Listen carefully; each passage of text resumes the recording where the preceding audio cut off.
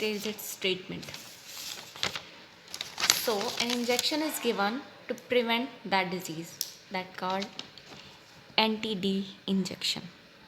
Anti-D injection. What is it? It is immunoglobulin.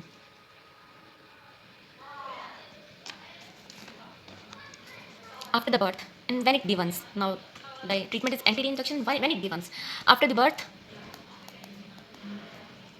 of Rh positive baby, Rh negative mother given that injection. IM, that injection is given in IM, and what it does, it prevents the woman forming antibodies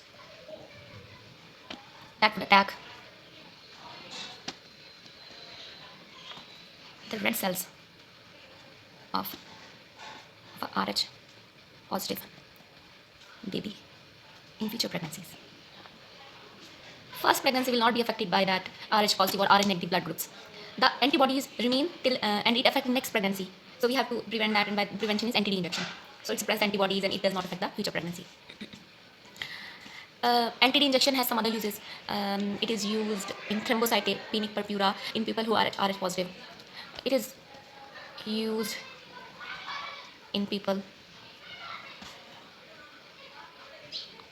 who are Rh positive and have thrombocytopenic purpura.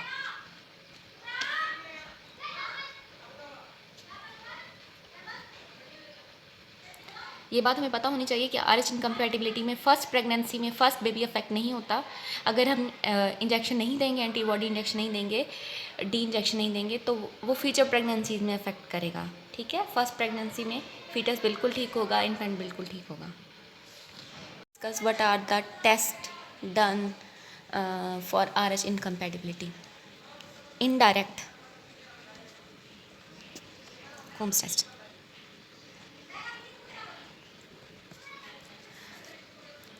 If it is positive, then it means that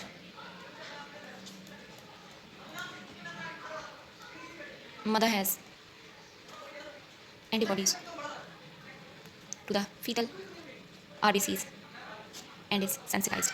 Sensitized means it affects the fetus. If it is indirect Coombs test is positive, it indicates that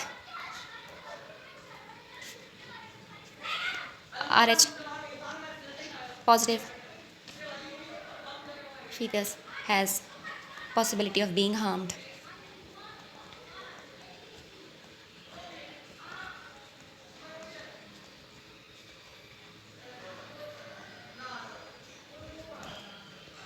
Indirect Coombs test done in a serum. In serum, RBCs are removed from it and liquid part of the blood is used for indirect Coombs test. If your baby is at risk of developing Reye's disease, they will be monitored by measuring the blood flow in the brain. If their baby is affected, their blood may be thinner and flow more quickly. This monitor done by the Doppler ultrasound. अब overview ले लेते हैं. हमने पढ़ना था RH incompatibility इन pregnant women, मतलब इसके effects क्या होंगे. अब जो RH इनकम्पैटिबिलिटी की जैसे जो डिजीज़ होगी वो क्या होगी. रेयस डिजीज़ होती है, ब्लू बेबी डिजीज़ कहते हैं, हीमोलाइटिक डिजीज़ ऑफ फीटस भी कहते हैं. ठीक है, पहले हमने डिस्कस किया कि RH फैक्टर क्या होता है. हमने कहा कि ये एक पॉजिटिव और नेगेटिव साइन होता है जो किसी भी ब्लड ग्रुप पे होता है. और ये क्या होता क्या है, ये एक इनहेरिटेड प्रोटीन होता है जो RBCs की सरफेस पे होता है. अगर आपका ब्लड ग्रुप जो है वो पॉजिटिव है तो इसका मतलब है आपके पास RH प्रोटीन है. RH पॉजिटिव ब्लड ग्रुप और RH नेगेटिव ब्लड ग्रुप में क्या डिफरेंस है. अगर हमारे ब्लड ग्रुप में पॉजिटिव आता है, मतलब A पॉजिटिव है, B पॉजिटिव है, तो इसका मतलब है हमारे पास RH प्रोटीन है और हम इंक्लूड होते हैं RH पॉजिटिव ब्लड ग्रुप में. अगर हमारे ब्लड ग्रुप जो है नेगेटिव है, A नेगेटिव है, B नेगेटिव है, एटसेट्रा जो भी है, तो वो RH नेगेटिव ब्लड में आएगा.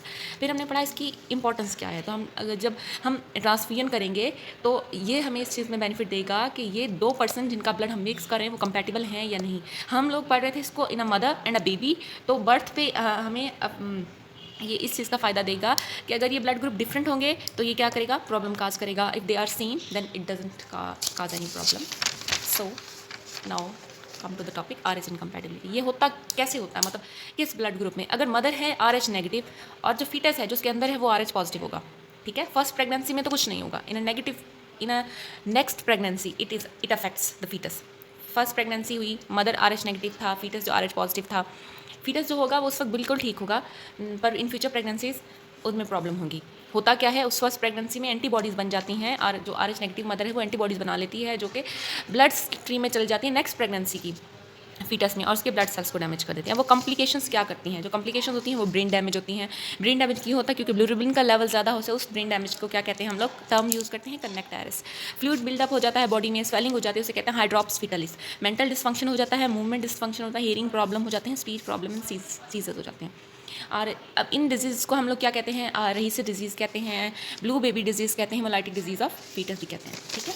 इसकी ट्रीटमेंट क्या दी, हमने कहा था कि एंटी-डी हम लोग देते हैं। ये होता क्या है, ये इम्यूनोग्लोबुलिन है।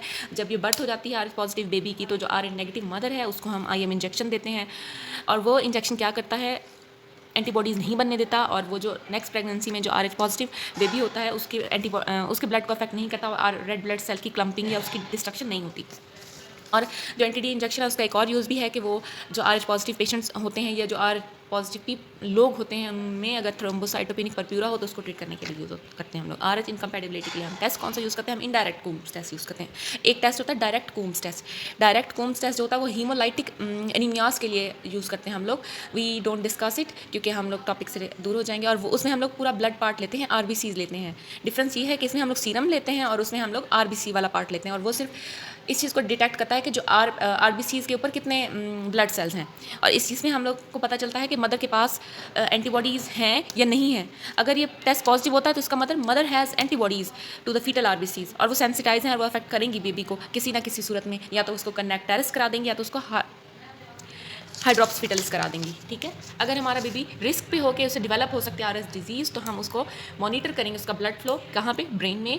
और अगर वो अफेक्ट होगा बेबी तो उसका ब्लड जो होगा वो थिन होगा और जो ब्लड फ्लो होगा वो क्विक फ्लो करेगा। और ये हम कैसे करेंगे, बाय डॉपलर अल्ट्रासाउंड करेंगे।